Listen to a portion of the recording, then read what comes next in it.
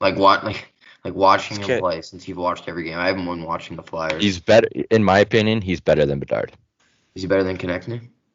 Yes, by far. You think he's better than Konechny? He's way better than TK. You think he's already I think in both their primes he's gonna be better, but you think he's already better than Konechny? Yes. Really? Because Konechny, I think Konechny's unreal, and I think Nolan agrees.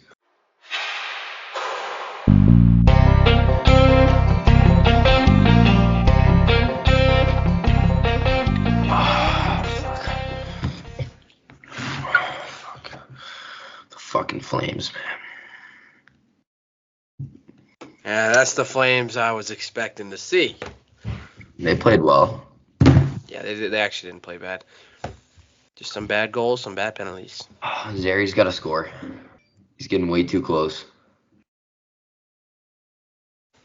You can tell Zary knows he needs to score.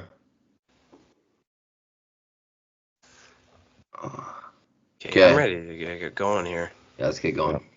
All right. Welcome to the Dump and Chase podcast. I'm your host, Dylan Robillard. Alongside me, as always, Nolan Chard and Liam O'Connor. How's it going, boys? What's up? Ready to go. Let's get her going. All right. First, before we kick things off, make sure to follow us on all of our socials to stay up to date on our latest episodes and posts. All of our links are under the video, or if you're listening on Spotify, Apple Podcasts, you can find them linked in the description. All right, so we don't talk a lot of Flyers on here, and I want to kind of draw the attention to the Flyers right now. Coming off a 7-5 win against Minnesota on Saturday. They play the Canadiens Sunday. Gauthier, the captain, who has been up and down the lineup and also out of the lineup as well, scored his first goal in 32 games against the Wild and had his first hat trick since having a torn MCL post-COVID. TK, Michkov, and Coots combined for 12 points in the game. Boys, your thoughts on Coots and the boys somehow just figuring it out all of a sudden? I think it's definitely something they needed is for Couturier to step up. I mean, like you said, he's been out of the lineup. He's the captain.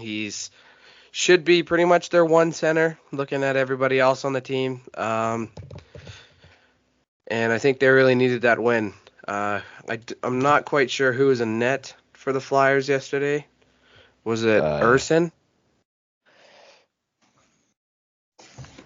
No, I don't remember. I'm 99% sure it was. I think it was Urson. Yeah. Urson played. Yeah. 808 save percentage. You're not going to win every game letting in 5 goals. But the Flyers needed a win. They snapped their losing streak at what? What was it? 6 games? 6 games. Yeah. Jesus. Yeah, that's a big win, especially scoring 7. 6-game losing streak. Hopefully today, the day we're recording this on the Sunday. Looks like Kolosov's getting his NHL debut tonight against the Habs. Hopefully he can show a little bit of spark in between the pipes for Philly because either goalie is not looking great right now. Yeah. Where are they? 30th in the NHL. Michkov looks good. Yeah. Point per game. Looks way better than I thought. I thought he was going to be good. I always thought he was going to turn out as a good player, but I mean, he's 19, so I thought he'd have a rough couple of years, but he's already leading the team on points. Do we think he's the best player on that team already? Yeah. He was the best team, or he was the best player in the team before he even came here. Watching him play since you've watched every game. I haven't been watching the Flyers. He's better, in my opinion. He's better than Bedard. Is he better than Konechny? Yes, by far. You think he's better than Konechny? He's way better than TK. You think he's already I think in both their primes he's gonna be better, but you think he's already better than Konechny? Yes. Really? Because Konechny, I think Konechny's unreal, and I think Nolan agrees. I saw something about his skating. I think it was Ryan Whitney was saying it's not elite level skating. or something like that. It definitely isn't, but I think what makes him such a good player is his hockey IQ. Yes. Like watching him play, he's a smart player. Yeah. He makes like plays look so easy and makes unbelievable plays. I want to hear why you think Flyers he's have Bedard. Why he's better than Bedard? I mean, Yeah. if he isn't Russian and named Matvei Michkov, he is a debatable second overall pick. So he's not better than Bedard. Bedard, I mean, okay, I think Bedard was A1 and Mitchie was AB or 1B. I think it could have been either of them if Michkov doesn't have a 3-year contract in the KHL and isn't Russian. Let's see. Because Mitchie outplayed Bedard in the World Juniors. No. That 1 year that before Michkov got booted, Oh, okay. he did. Yes, he did. Before Russia got kicked out of the. So you're telling me if Michkov doesn't get kicked out, he's how many points did Bedard put up? 17? Something like that? Something crazy in the World Juniors. Like, Wait, yeah, but that was the year after. The record, right? That was the year after Mitchie wasn't in. 9 points. Let's see. I can't believe that guy won 7th overall. Yeah, it's ridiculous. Okay, so they're tied in points right now, which is pretty cool to look at. Oh man. Let me find it. Okay, so he outperformed Bedard in the U18s, outperformed Bedard in the canceled U20s. He had the best KHL DY of all time, best KHL DY +1 of all time, and he was sick during that. Like he had shit wrong with his like lungs and wasn't 100%, and is outperforming Bedard this season. And Bedard's in his second year of the NHL.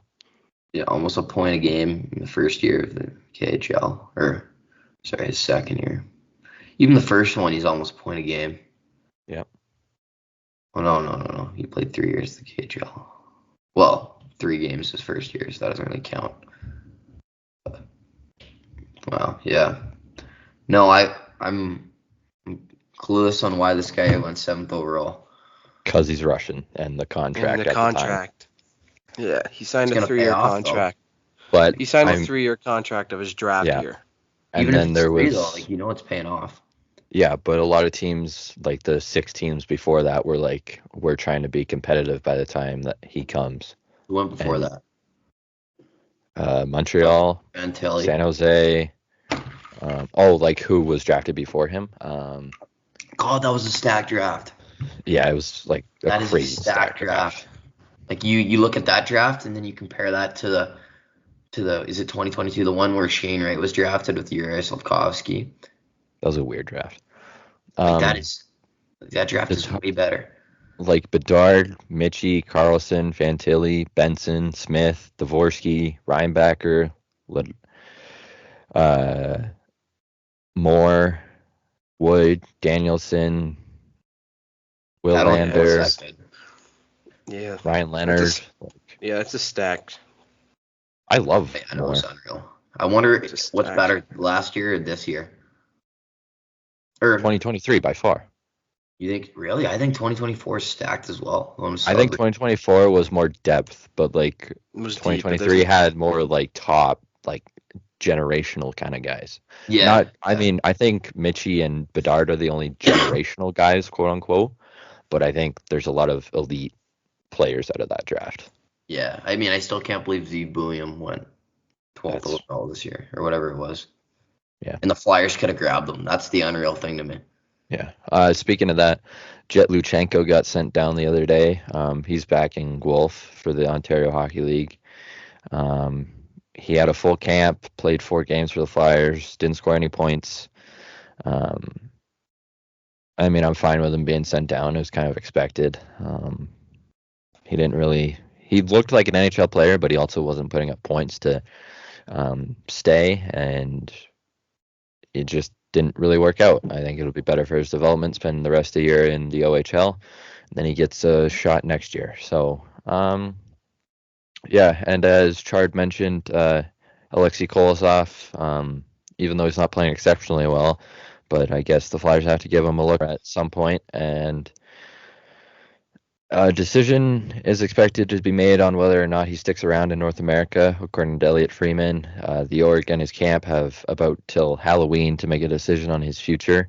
So if they can't find a fit for him and Kolosov isn't happy, he and the Flyers organization have the decision to have a conversation about it. And Kolosov can either stay in the North America or go back to the KHL.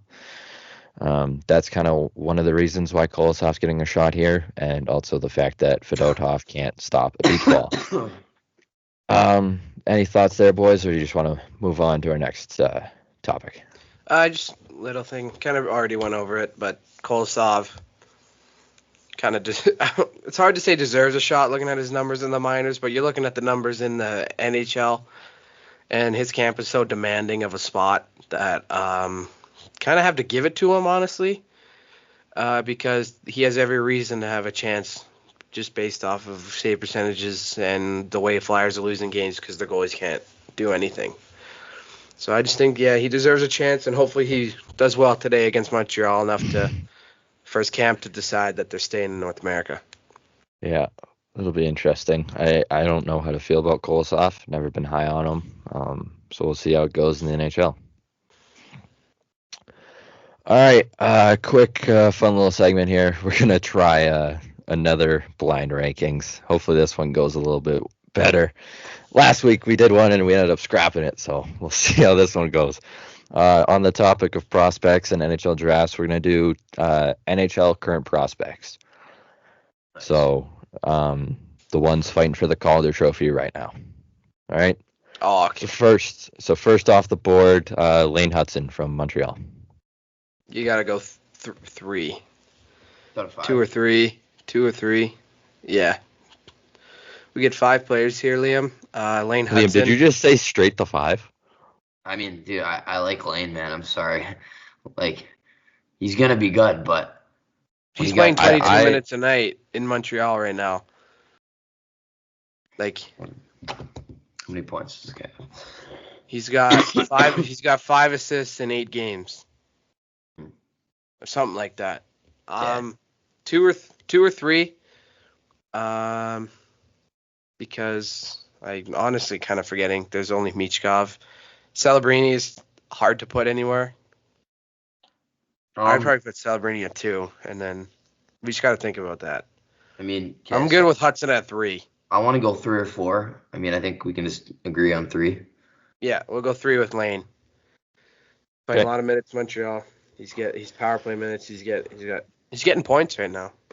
Yeah, I mean, yeah. He's unreal. Like he plays the game like Bedard does, right? See the way he skates? Oh yeah, he skates. It's like it's like watching like a little tiny, like a young Quinn Hughes skater on the ice. All right. Yep.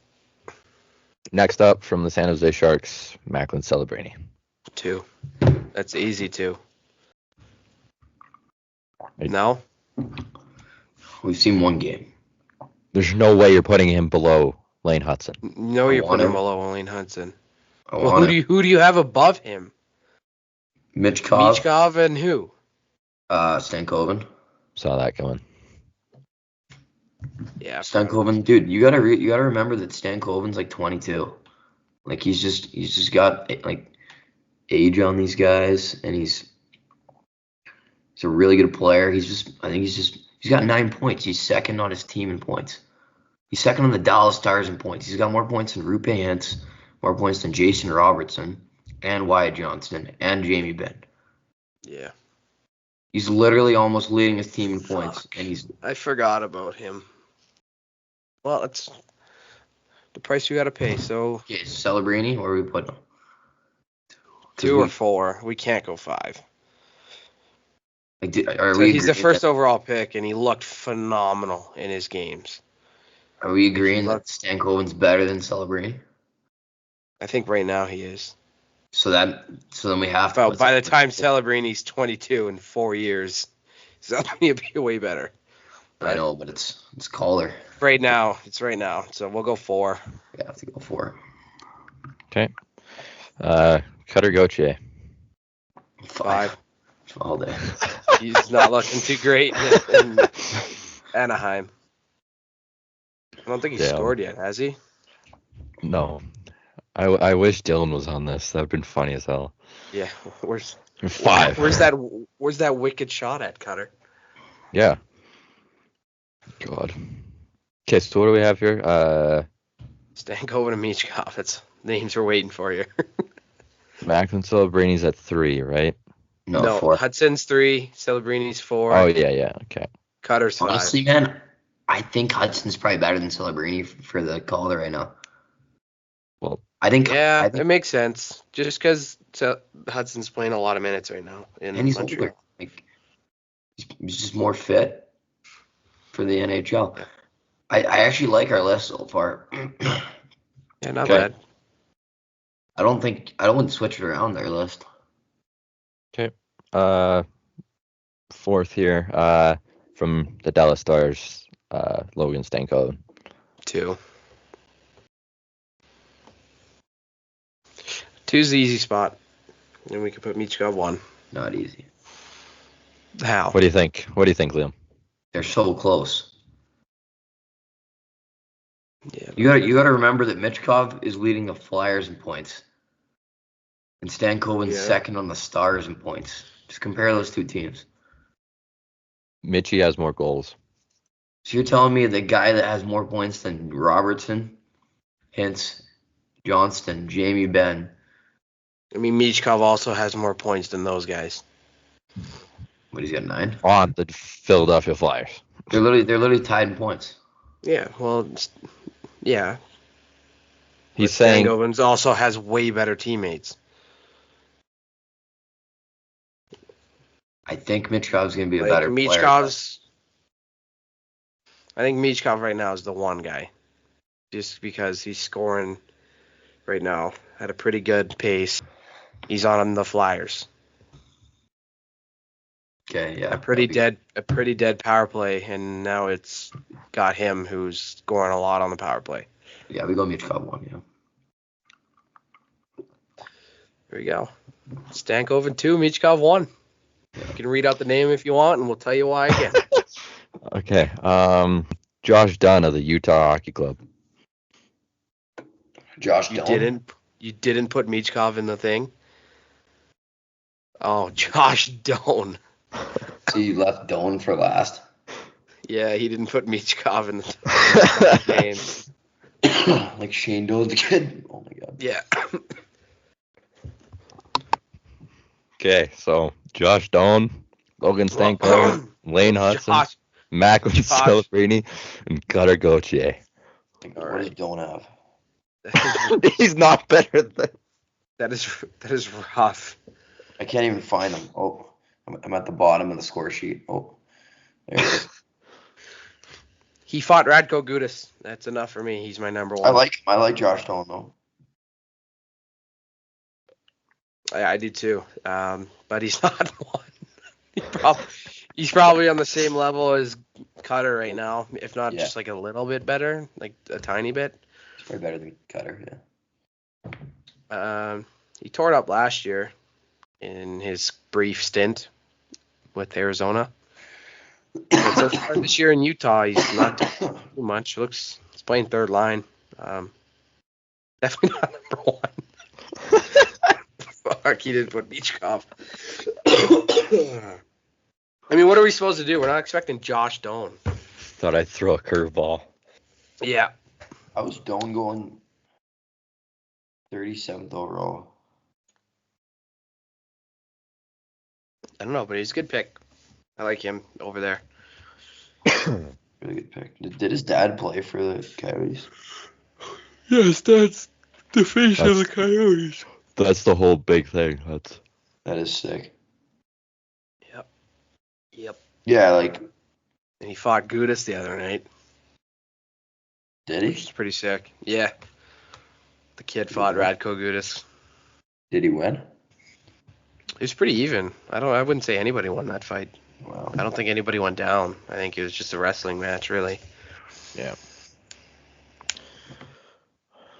All right. Getting to some Leafs talk here, what we've all been waiting for. The Leafs are 4-4-1 to begin the season with 9 points in 9 games, -2 differential. They've had some up and down games, but this stat I just wanted to pull up from Jonas Siegel. Leafs after 9 games, 2021-22, 4-4-1, 2022-23, 4-4-1, 2023-25, 5-3-1, and then obviously this year, 4-4-1. Thought that was pretty interesting. The last four years they've been pretty consistent, other than the 1 year. They had a rough overtime against the Bruins the other night. Matthews gave up a meatball to no man's land. Costed the Leafs the game, 4-3 in overtime. They walk away with the point, but they lose. They also lost to the Blue Jackets and beat the Lightning in the same week by the same score of 5-3. Since then, they've lost 3 straight and 4 of their last 6. They play the Jets on Monday, who are coming off a close win against the Calgary Flames, who have also lost 2 straight in their own regard. They've kind of evened out a little bit, but they're still fighting. Is there something wrong? Is it too early to be concerned? Or are they just adjusting to Craig Berube's new system? Chard, your thoughts? I wouldn't say there's anything wrong. It's just a matter of breaking old habits, I think. I mean, these guys have been in the league for 8 years doing the same habits. I just think it's going to take some time. We've seen some spurts of really good play, like that game against Tampa Bay was probably one of the best games I've ever seen played. Like, our top guys are scared to go to the net. Aside from Tavares, he's a net front guy, but he's not that great at it unless it's on the power play. But right now, I think our best player with Berube's system with getting to the net and forechecking is Matthew Nyes. Everyone else sort of just watches. They like to play perimeter hockey. They really like to play perimeter hockey, and they still do it. And that's why it's just not working out right now. But that game against the Bruins last night did not deserve it at all. Stolarz played phenomenal again. We saw some phenomenal passes by Mitch Marner last night that kind of kept us in the game. He had a sick pass to Riley, and he had another sick pass to Matthews to tie the game. And speaking of sick passes, Matthews' turnover in overtime. I didn't even see who scored. I literally just saw it go in the back of the net, and I turned off the game, and I left. I'm sick of losing in Boston. It drives me insane. We've lost 8 in a row in the regular season against Boston. We got the season series swept last year. And obviously we lost in the playoffs to them in 7 again in the and then this year so far we're 0-1 against the Bruins in the regular season, but obviously it doesn't matter that much. But I think it's more just breaking old habits and getting used to the new system with Berube. Yeah, I've really enjoyed Stolarz. He's impressed me this season. I've always liked him, especially when he was with Philly. Like, pretty much every goalie that plays in Philly goes on to be better somewhere else. It's just the way it goes. You want to win a cup, go play in Philly first. It's just the way it is. But yeah, and Wool is returning. But yeah, I just wanted to mention Stolar's stats. 219 goals against average and a 927 save percentage in 6 games with 3 wins. Like, that's all you can ask of him. And I think he's been playing extremely well. He's a big goaltender and plays the game right. O'Connor, your thoughts on the Maple Leafs to begin the season? I'm not really worried about making the playoffs. I mean, they always do. So I wouldn't say there's any reason to be worried right now. I think they just got to get in, and once they're in, Berube's system will do them well. My question is, what do we think Matthew Nye's ceiling is? Oh, man, I don't know, but he showed some spurts of being like borderline elite. I wouldn't quite say elite. Like, I might see him like maybe put up 70, 75 points once, but really? I think he's like a 60, 65 guy. If he's playing with Matthews and Marner, I mean, he's every right to put up more than what I just said, but right? He's still young, and he's got a new coach that adapts to his physique and style of play better. Like he wasn't even a point guy when he played in college. When he played Yeah, he was. He wasn't too much of a point guy. Oh yeah, he was. Because his line mates. 46 points in 30-something games in college. That's unreal. Yeah, but look at his line mates, and then look at their points. Yeah. Like he never led in points. Like who he played with. He was never a top point guy. He played with Logan Cooley and Fantilli, I think. I can't remember, but his line was stacked. They had the line in college, and they just came up short. I mean, obviously, 42 points in the NCAA, 40 games, 42 points. 42 points is unreal in the NCAA. That's like putting up 90 points in the dub. Well, yeah, but he was the Hyman on that line. Yeah. That's the simple way to put it. He was the Zach Hyman on that line. Like, he goes and gets the puck for those line mates that he had. How was he getting drafted? I mean, Chard doesn't have much hope in him anyways. He just dropped him in fantasy. Yeah, I did just drop him in fantasy. But, not a point guy. He's doing great. I think he's been our most noticeable player and best player so far. Not a lot of people are going to like that at all, but I definitely think he is. Him and Stolars. For sure. I love Chris Tanev. As well, but he's a ceiling. I can't even compare him to anyone because I don't see people like him that play like him. Just a huge body. He throws hits. He plays in front of the net, and he has sick hands and a sick shot. He'd be a young Wayne Simmons with better hands. And less violent. But, yeah, he just kind of throws it in their corner, and he throws a hit, and I like him. Yeah. He kind of, I don't know, like the way he drags the boys in. He's a good fit with that line, for sure, but I don't know what his ceiling is, if I'm going to be honest. I couldn't tell you. Sometimes that's good. Unknown, yeah. He's so young, just let him play. Yeah. All right. One question I have. Does Matthews reach 70 goals again this season with the C on his chest? Some think it is too much pressure for Auston, including Beasley, our professor, and the in-arena voice of the Calgary Flames. He thinks it's too much pressure for him. Do you think there's a difference, and do you think he's going to crack 70? I'll go to O'Connor first. No. He might not even get 60. What does he got right now? If I'm being honest with you, I don't think he cares about how many. I don't even think he cares about his stats right now. I think Matthews is sick of losing out in the first round. Yeah, not even a point a game right now. Yeah, no. Especially with Berube's style. Sorry, Matthews is not getting 70. Maybe not 60.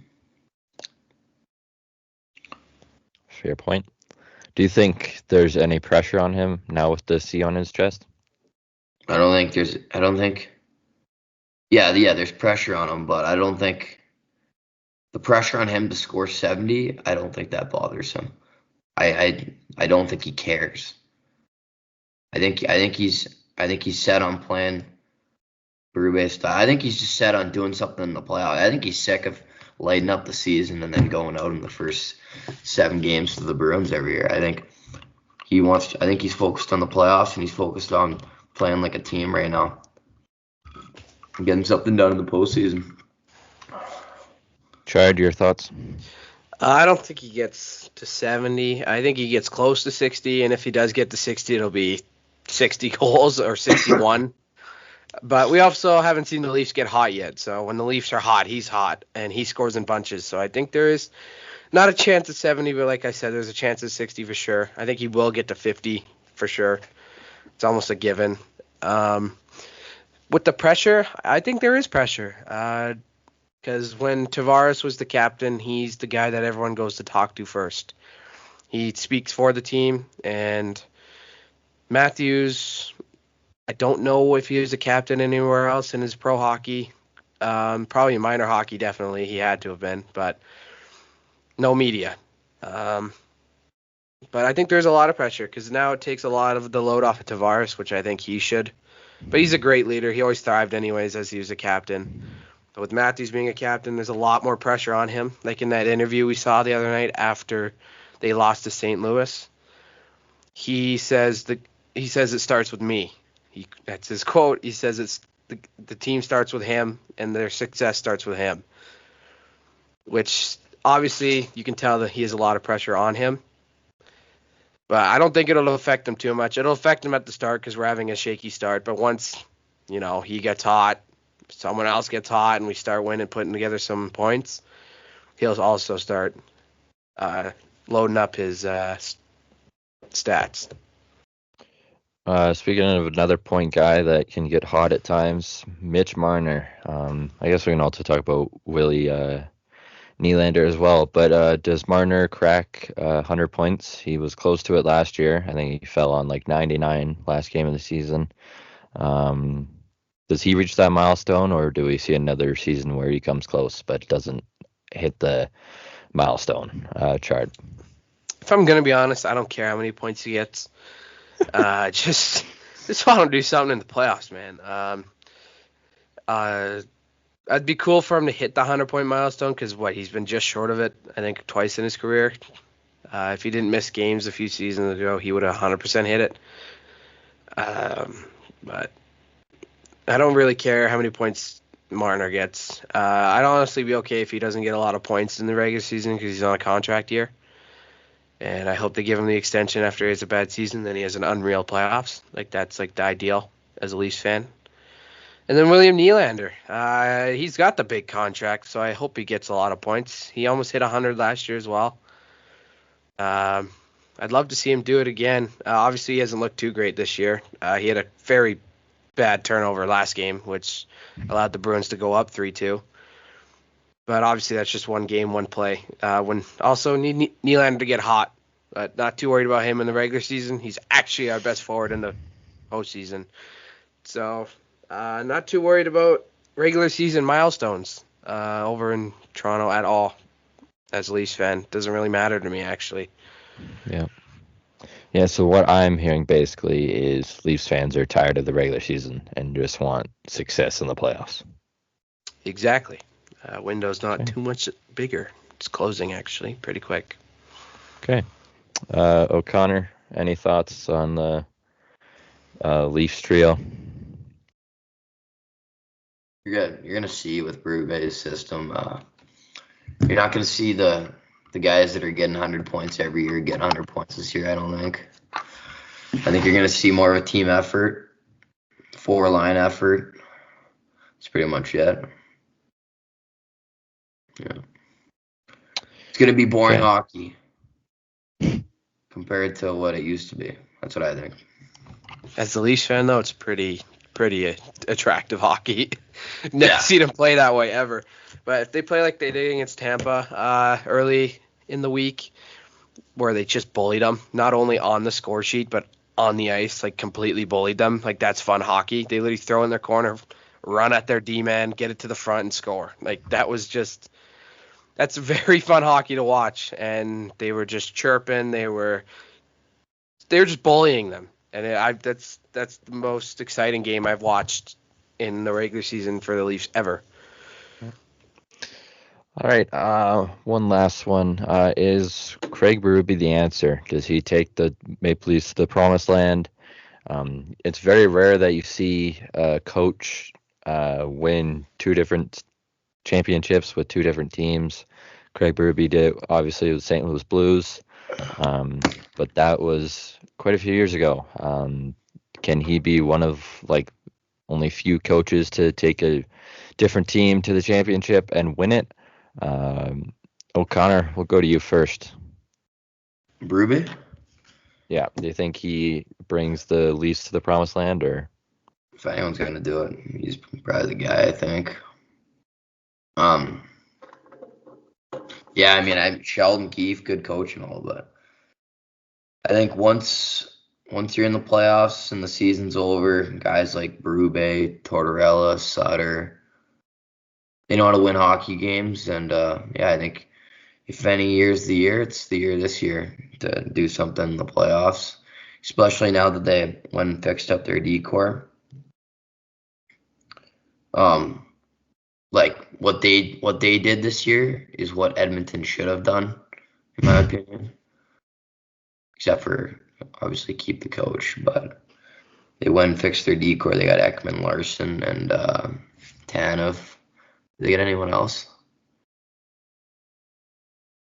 No, those are just too big. Those are just some big guys. Yeah, they added definitely way better than last year. Yeah, they added an offensive defenseman and Chris Tanev, the best defensive defenseman in the league, some people say. So yeah, I mean, who else did they add on offense? They got nothing. No, I mean same team. No, it's the same off. It's the same. It's this. They added Pacioretty, but that's the replacement for Tyler Bertuzzi is Pacioretty, and then we got Stolars, Tanev, OEL, and Felipe Myers, who I think looks great. Yeah, but he played his first game yesterday. He played his first game, regular season game. I don't know. The least another no one Flyers legend. Yeah, but yeah, I don't know. Stolars, great pickup. If any year's the year, it's this one. Dude, it's gotta I be don't soon. even care about their record or the stats. Me either. They could be second wildcard spot, bro. I don't care. Yeah. They could barely just squeak in. No, once that'll help them. But yeah. But whatever gets them. Whatever. Yeah, it might actually help to be a wild card spot, eh? Yeah. Take off the expectation. Yeah, he can be the answer, but they got to fix a lot of bad habits quick. They have a full season, but still, they played that way for 8 years since they've came in, or even people some longer than that. Obviously, I'm just talking about the Stars. Been playing the same way for quite a long time. Even Babcock changed his style when he came to Toronto because it's a lot more skill than grit in Toronto when he came in. He was there for the start of Matthews and Marner and Nylander.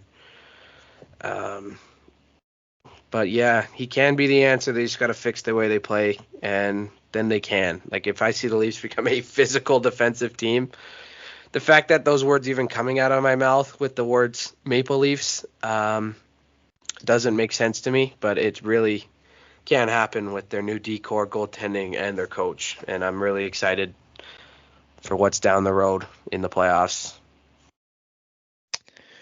Yeah, I think that's about it. I think we're slowly losing O'Connor here, so I think it's time to wrap it up. Any last thoughts from you boys, O'Connor, before you fall asleep and have a nap? You got any last words? Flames got to start winning. Okay. More meant on the Leafs, but all right. What is going on here? I didn't watch the game. Really? Did they play well in the last 2 periods? The Leafs or the Flames? Flames. I would assume the Flames. I did not watch the Flames game. I was watching the Leafs game. Okay. All right, are we still live? Good Lord. Yes. Okay. All right. He hasn't signed off yet, dude.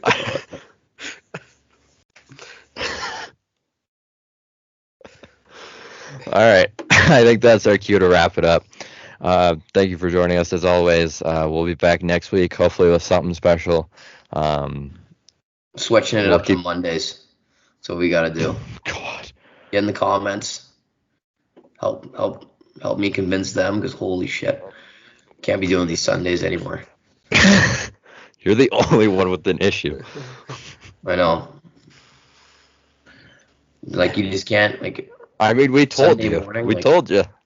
Saturday's the night before, like you Mondays did, like are too Saturdays busy. with the boys. Like, it's just how it goes. That's why we do Sunday. Because we can't do it Saturday. All right, fair enough. All right, I'll keep showing up for these Sunday ones, but we'll figure it out. All right. that'll be all for us for today. Thank you for tuning in as always. Make sure to check us out on all of our socials. Yep. Thanks for tuning in. Make sure to always dump and chase. See you in the next episode.